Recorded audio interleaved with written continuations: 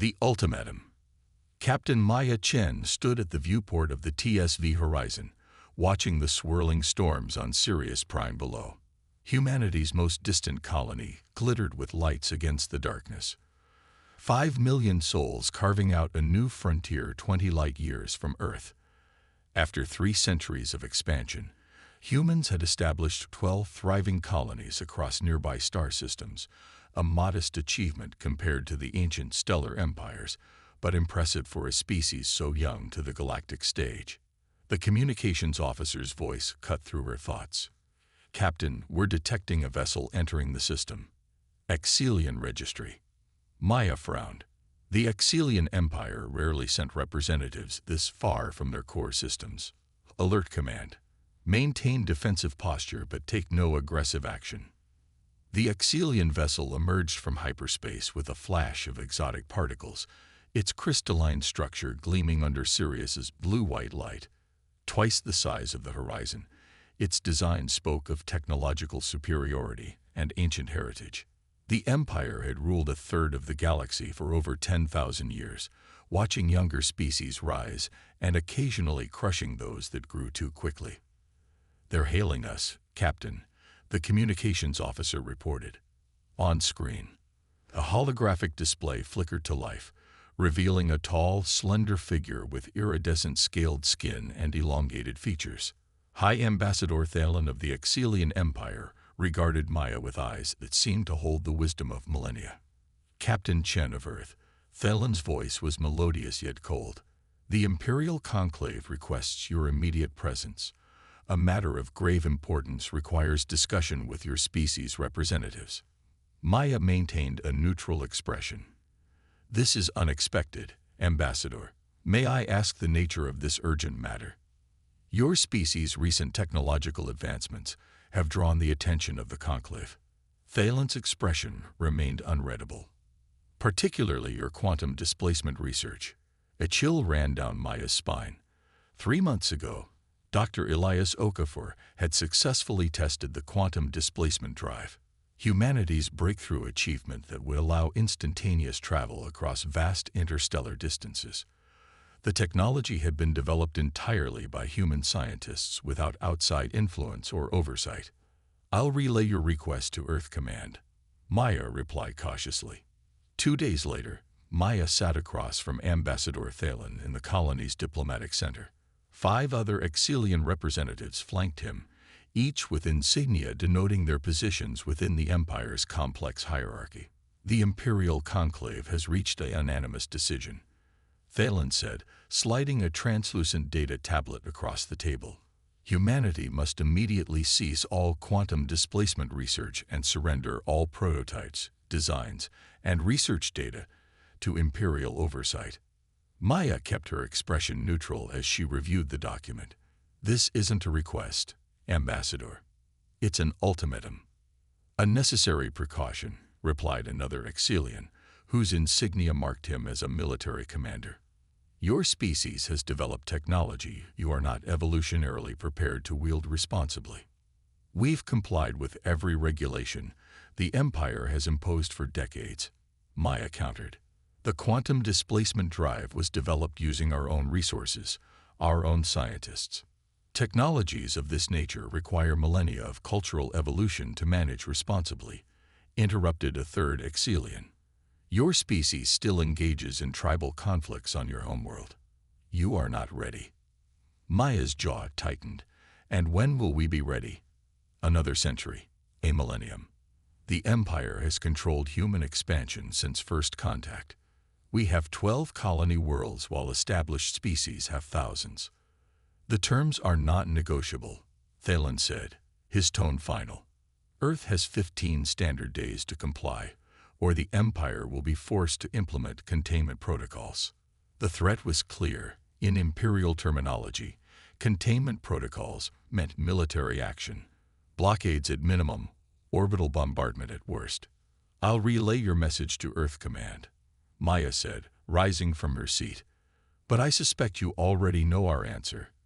As the Exilian delegation departed, Maya contacted Admiral Helena Reyes, her direct superior and the highest-ranking officer in Earth's defense force. They're afraid, Maya, Helena said after hearing the report. The quantum drive would change everything. It would give us true independence. There's more, Admiral, Maya said, lowering her voice. I received an encrypted transmission from Dr. Yasmin Karim on Proxima Centauri II right before the Exilians arrived. Her archaeological team has discovered something in the northern ruins, something that could change our understanding of humanity's place in the galaxy. The Proxima ruins, those pre-human structures. That's just it, Admiral. Dr. Karim believes they're not alien at all. They're human, and they're over 50,000 years old. The Admiral's expression shifted from skepticism to shock. That's impossible. 50,000 years ago, humans were primitive hunter-gatherers. According to what we've been taught, yes, Maya replied. But what if our history isn't what we thought? What if the Empire's ultimatum isn't about protecting the galaxy from us, but about keeping us from discovering something about ourselves? Helena was silent for a long moment. This ultimatum gives us 15 days. I want you to take the Horizon to Proxima Centauri II. Use the stealth systems. Find out what Dr. Karim discovered. I'll convene the Council on Earth. 3 days later, the Horizon drifted silently into orbit around Proxima Centauri II, its stealth systems rendering it nearly invisible to conventional sensors. The Exilians had yet to establish a blockade here, but time was running out. On the surface, Dr. Karim led Maya through a vast underground complex. The architecture was unlike anything Maya had seen before, both alien and strangely familiar. We always assumed these were built by a precursor species, Yasmin explained as they walked. But when we finally deciphered the glyphs, she gestured to markings along the wall. Maya stared at the symbols, feeling the strange resonance. This is human language. A proto-form of it, yes. And there's more. Yasmin led her deeper into the complex, to a massive chamber dominated by a spherical device, dark and dormant. This technology predates any known civilization in the galaxy, including the Exilian Empire. And it's keyed to human neural patterns. Maya approached the sphere, feeling a strange pull toward it. What is it? We believe it's part of a network, a defensive system spanning multiple star systems. And there are references to something called the displacement, a massive exodus of ancient humans fleeing something terrible, something they called the Purge. Maya's hand hovered over the sphere's surface. The Exilians? We think so. The records suggest they've done this before, identifying promising species and either subjugating them or eliminating them entirely if they develop technologies that threaten Exilian dominance. And now they've given us an ultimatum, Maya whispered. There's more, Yasmin said, her voice growing urgent. The system contains data on quantum displacement technology far more advanced than anything we've developed. Our breakthroughs weren't innovations, they were rediscoveries. Maya contacted Earth immediately. The Council debated for days as the deadline approached. President Adama's weathered face was grave as he addressed the emergency session. The Exilian Empire possesses military technology far beyond our current capabilities. If we defy them openly, they could destroy our colonies, perhaps even Earth itself. Unless, Maya said, transmitting from the Horizon, the ruins on Proxima Centauri II contain more than just historical records. She transferred Dr. Karim's data to the Council's displays. If we can activate this network, it might give us leverage, something to make the Empire reconsider military action. You're suggesting we use ancient, untested technology as a deterrent? Asked Representative Cho skeptically. I'm suggesting we use our own technology to protect ourselves, Maya corrected. Technology that once belonged to our ancestors. President Adama studied the data for a long moment before looking up. Captain Chen, return to Proxima with whatever personnel and resources Dr. Karim requires. Your mission is to activate this network, if it exists, and if it can be safely controlled. He turned to address the entire Council. Meanwhile, we will prepare our response to the Empire. We will not surrender the quantum displacement technology. We will not allow our future to be dictated by those who have tried to erase our past. Humanity will chart its own course among the stars, as we did once before. As the council session ended, Maya received a priority alert from the horizon. Exilian vessels had been detected entering the Proxima Centauri system. They knew. Somehow, they knew what humans had found. The race against time had begun. The resistance. Exilian warships entering weapons range, Lieutenant Donovan reported, his voice steady despite the tension gripping the bridge of the horizon. Maya watched the tactical display as 5 crystalline vessels broke formation, surrounding the horizon in a standard containment pattern. Outnumbered and outgunned, the human vessel had little chance in a direct confrontation. Captain Chen, the transmission came from the lead Exilian ship. You have violated Imperial directive by entering a quarantined archaeological zone. Power down your systems and prepare to be boarded. Maya exchanged glances with her executive officer, Commander Thomas Reyes. They had expected this, planned for it. Stall them, she whispered. Dr. Karim needs more time. Turning to the communications array, Maya adopted her most diplomatic tone. This is Captain Chen of the TSV Horizon. We're conducting routine surveys of our colony. We were unaware of any quarantine. Your deception is transparent, the Exilian commander replied. Our sensors detect your vessel has been in orbit for 3 standard days. You will comply immediately or face the consequences. Below on the surface, Dr. Karim worked frantically at the ancient console, her team connecting modern equipment to interfaces designed millennia ago. The system is recognizing human neural patterns, she reported over the secure channel to Maya. But the activation sequence requires specific genetic markers. We're trying to bypass it. Work faster, Maya urged. We're running out of time up here. On the bridge, Lieutenant Donovan's console flashed red. They're powering weapons systems, Captain. Maya made her decision. All hands, battle stations, shield to maximum. Prepare evasive maneuvers. The first Exilian energy beam struck the horizon's shields, the impact reverberating through the hull. Warning systems blared as power fluctuated. Shields at 60%, Donovan called out. We can't take many more hits like that. Return fire, targeting their weapons arrays only, Maya ordered. And prepare the KD prototype. Commander Rise looked up sharply. Captain, the drive isn't rated for combat jumps. It doesn't need to work perfectly, Maya replied. It just needs to work once. The Horizon's conventional weapons seemed to barely scratch the Exilian vessel's crystalline hulls. Another volley of energy beams hammered the human ship. Shields at 30%. Multiple hull breaches on decks 3 and 4. Maya opened the channel to Dr. Karim. We're out of time, Doctor. We need to execute Plan Delta. On the surface, Yasmin looked up from her work, face pale. The system isn't fully initialized. We don't know what will happen if. If we don't try, there won't be anything left to initialize, Maya cut in. Do it. Yasmin pressed her palm against the ancient sphere, wincing as it sampled her DNA. The device hummed to life, glowing with an inner light that pulsed like a heartbeat. System activating, she reported. I'm reading energy signatures from similar installations across 3 nearby star systems. They're connecting, forming a network. On the horizon, Maya watched as new data flooded their sensors. All hands, prepare for emergency jump. Coordinates locked to Earth.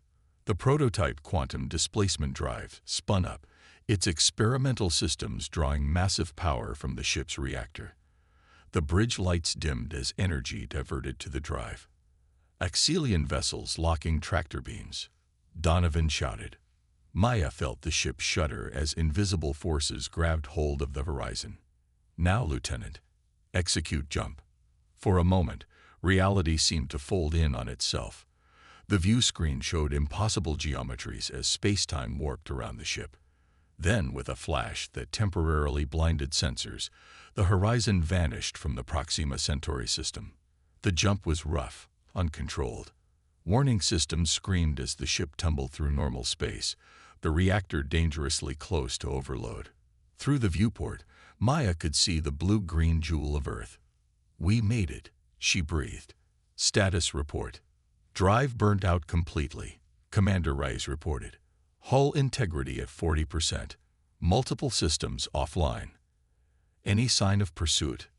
Donovan checked his damage sensors. "Negative, Captain. But I'm reading something strange. Energy readings across the solar system, similar to what Dr. Karim detected at Proxima." Maya's communication console lit up with a priority message from Earth Defense Command. Admiral Rice's face appeared, a mixture of relief and urgency in her expression. "Captain Chen, report status immediately. We're detecting unusual energy signatures throughout the system." "The ancient network is activating, Admiral," Maya explained.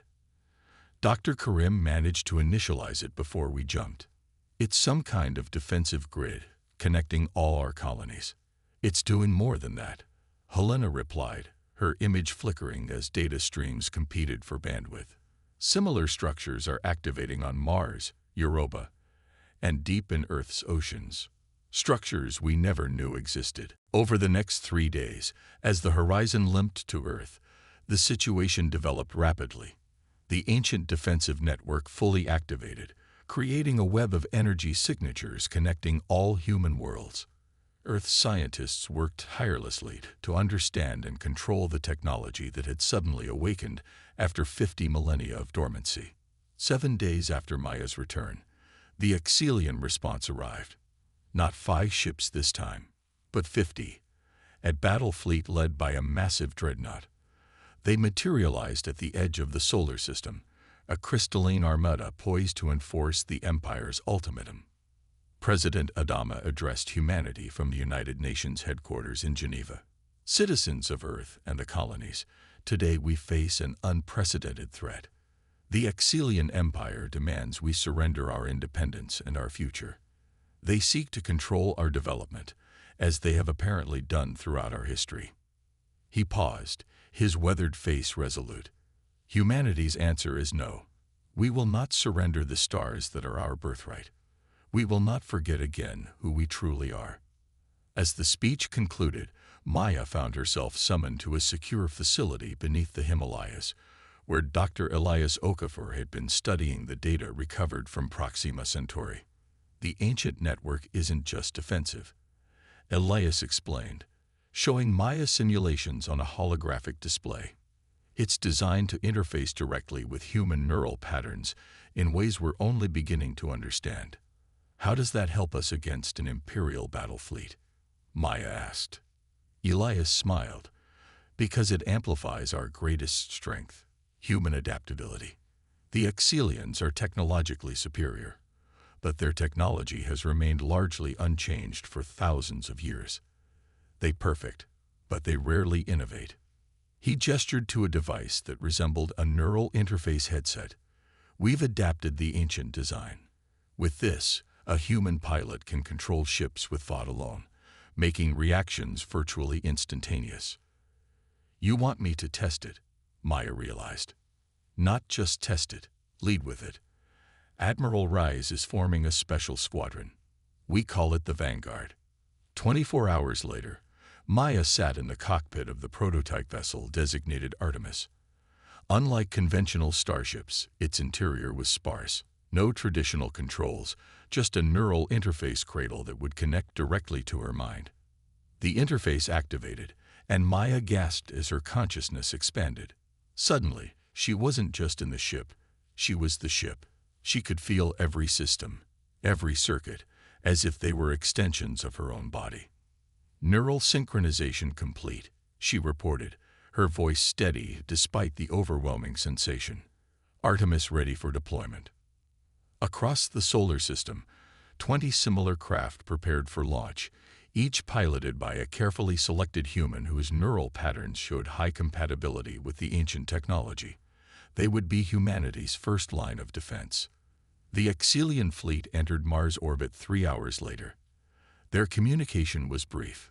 "Surrender your quantum technology, and dismantle your defensive network, or face extinction.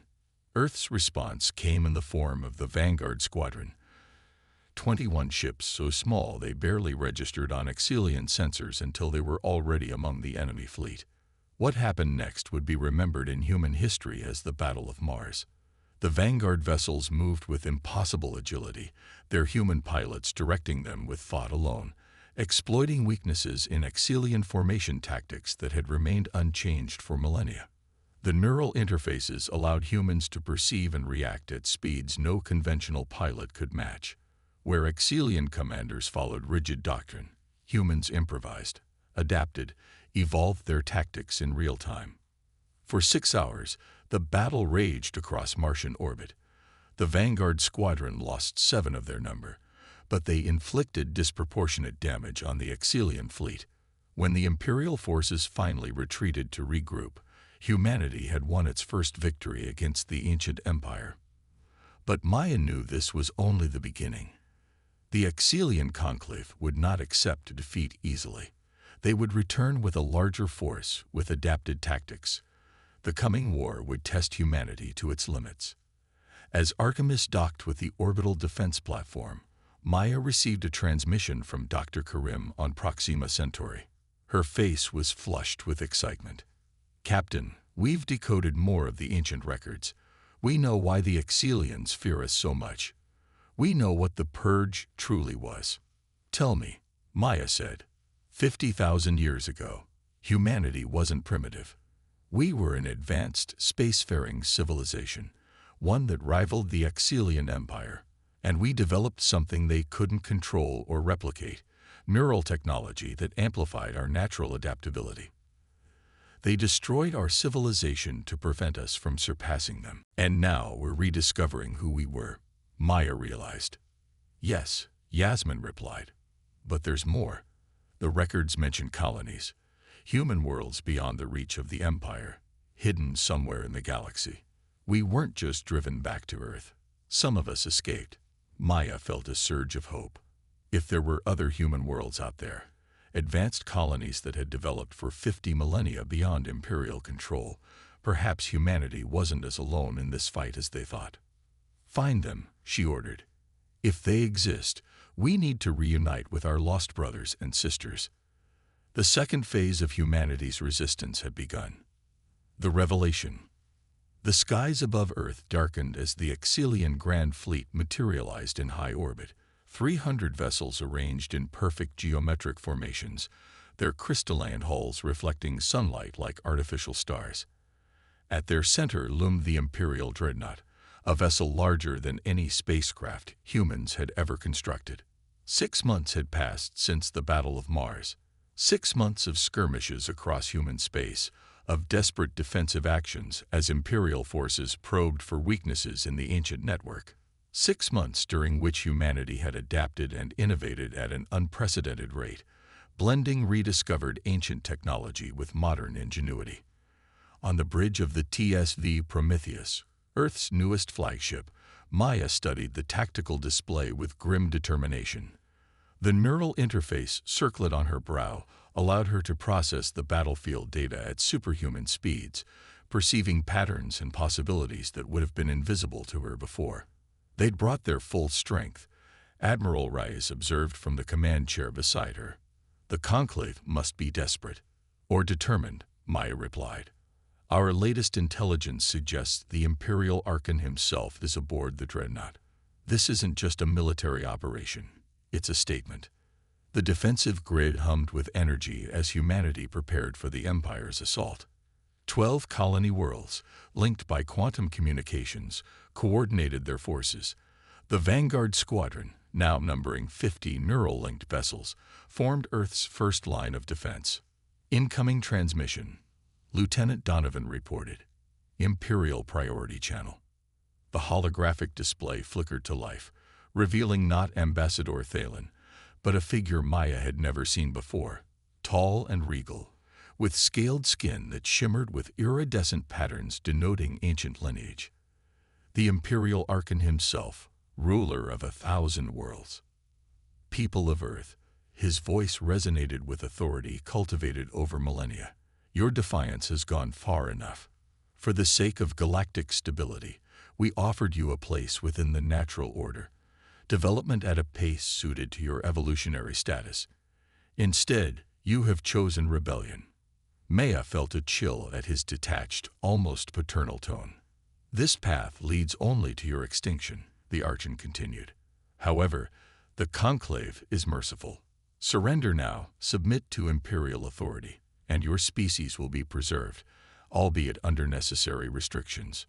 President Adama rose from his chair in the United Nations chamber, his reply broadcast to both the Exilian fleet and all human worlds. Necessary restrictions, he challenged. You mean the same restrictions you imposed 50,000 years ago, when you destroyed our first civilization, when you bombed humanity back to the Stone Age to prevent us from surpassing you? A flicker of surprise crossed the Archon's features before his imperial composure reasserted itself.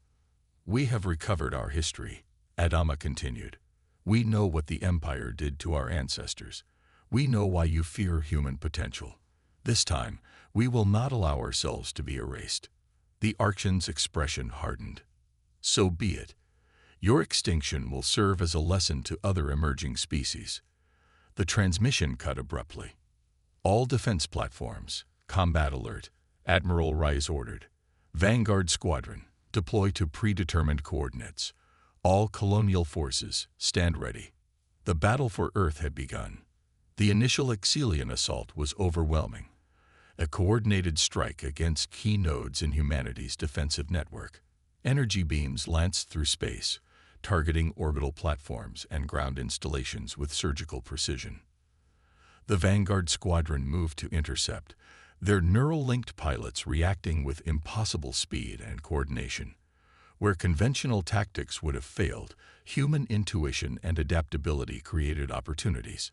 Small victories accumulated, momentarily stalling the Imperial advance. But Maya could see the larger pattern unfolding. The Exilians were learning, adapting their ancient strategies to counter human innovations. The Empire had not survived for 10,000 years by being inflexible. They're targeting the lunar nexus, she reported, her enhanced perception identifying the thrust of the enemy's strategy. If they disable that node, they'll create a breach in our defensive grid. Divert Vanguard teams 3 and 4 to reinforce the lunar position, Admiral Rice ordered. Prometheus will lead the main fleet to engage their center.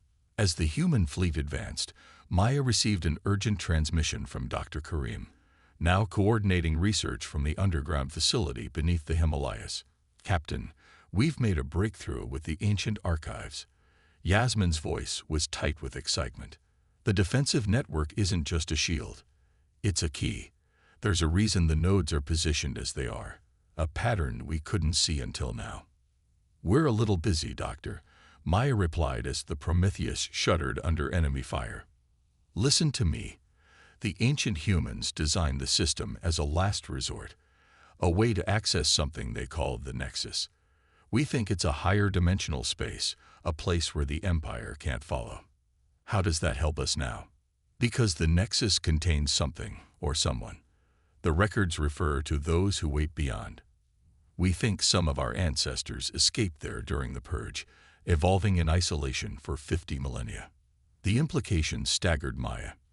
You're saying there could be an advanced human civilization outside normal space? Yes, and with all network nodes active simultaneously, we might be able to establish contact. On the tactical display, Maya watched as the situation deteriorated. 3 Vanguard vessels destroyed. The lunar nexus under heavy fire. Colonial defenses faltering under coordinated assaults. Admiral, she said, turning to Reyes, I need to take the Prometheus to a specific position. She transferred coordinates from her neural interface to the main system. Helena studied the data, frowning. That puts us directly in the path of their dreadnought. Yes, Maya acknowledged. But it also positions us at the convergence point of all active network nodes. If Dr. Karim is right, it's our only chance. For a moment, Admiral Rice hesitated, weighing the tactical risk against the uncertain potential of ancient technology. Then she nodded. Do it. I'll coordinate the fleet to give you cover.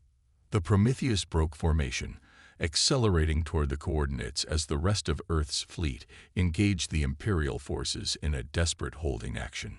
Enemy fire concentrated on the human flagship as its purpose became apparent to Exilian commanders. Shields at 40%.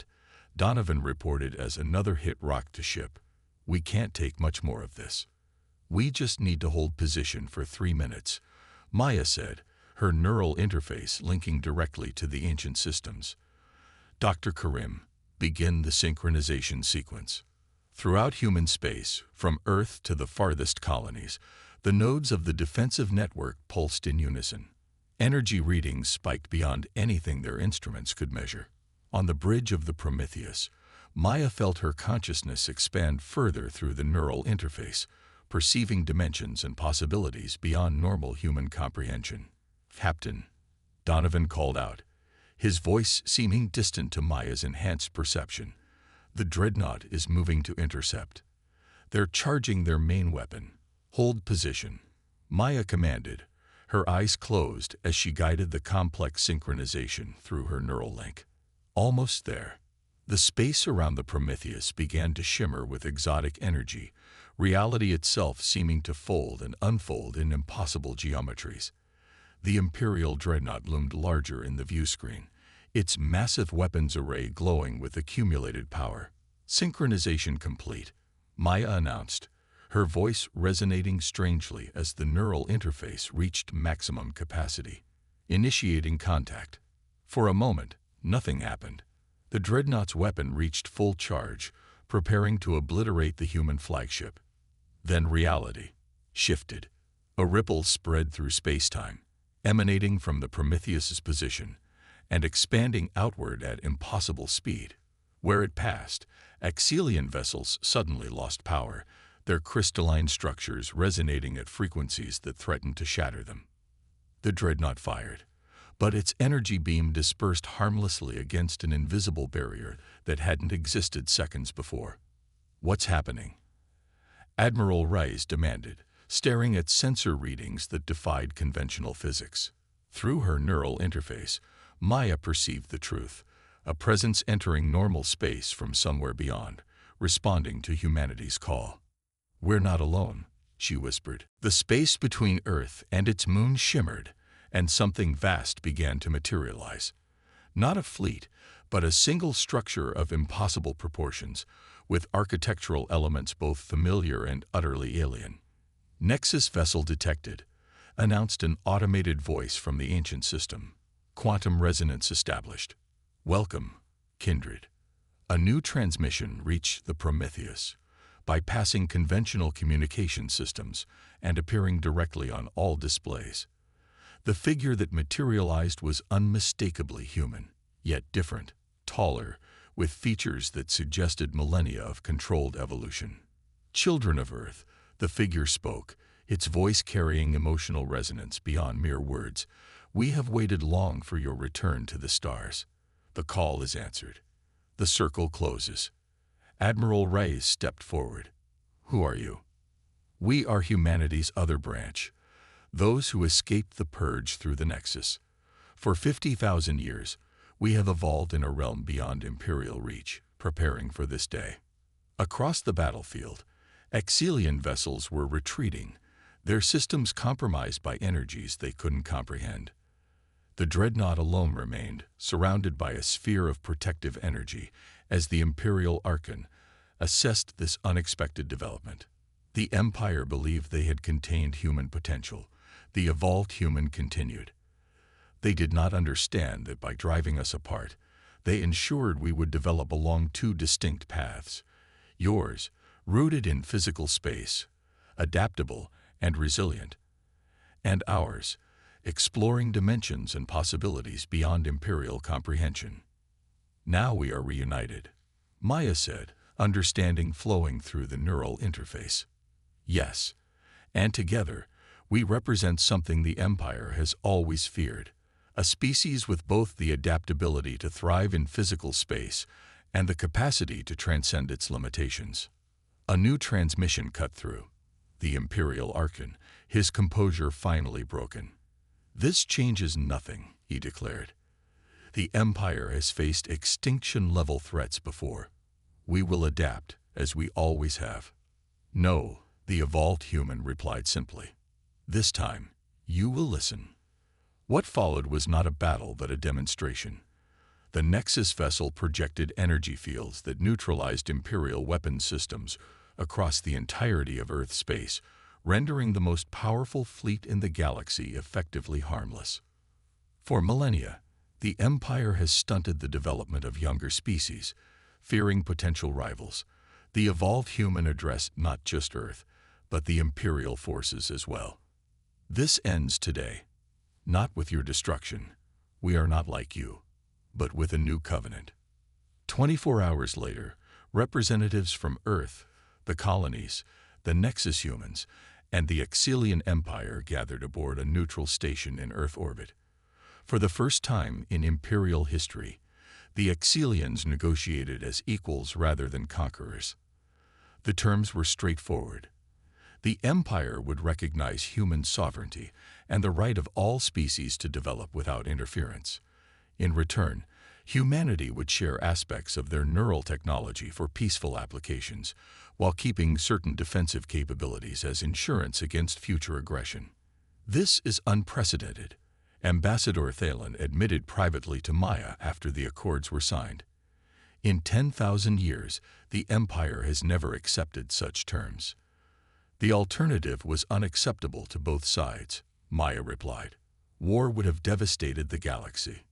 You must understand, the Conclave truly believed restrictions were necessary for the greater good. Young species often destroy themselves when they advance too quickly." "Perhaps," Maya conceded, "but that choice should be theirs to make. Freedom always carries risk." As the Imperial delegates departed, Maya joined President Adama and the representatives from the Nexus on the station's observation deck. Earth rotated below them, beautiful and fragile, humanity's first home in a universe that had just become vastly more complex. "What happens now?" Maya asked the evolved human who had introduced himself as Mentor Lysander. "Now, reunification begins, not just of our two branches of humanity, but of our knowledge and perspectives. For 50 millennia, we have developed along different paths. Together, we can achieve far more than either could alone." "And the Empire?" President Adama asked. "Will adapt, as they always have," Lysander replied. "But for the first time, they will do so as peers rather than overlords. It will not be an easy transition for a culture built on hierarchical control, but it is necessary for the galaxy's future." Maya removed her neural interface circlet, feeling her perception contract to normal human parameters. The stars seemed dimmer, the connections between things less apparent, but her clarity of purpose remained. Humanity had reclaimed its past and secured its future in a single pivotal moment. The ancient network, once a desperate last resort against extinction, had become the foundation for a new era. As the Nexus vessel prepared to depart for its first diplomatic mission to the Imperial capital, Maya felt a profound sense of possibility. Humanity stood at a threshold, not just between Earth and the stars, but between what they had been and what they might become. The universe, with all its wonders and challenges, awaited.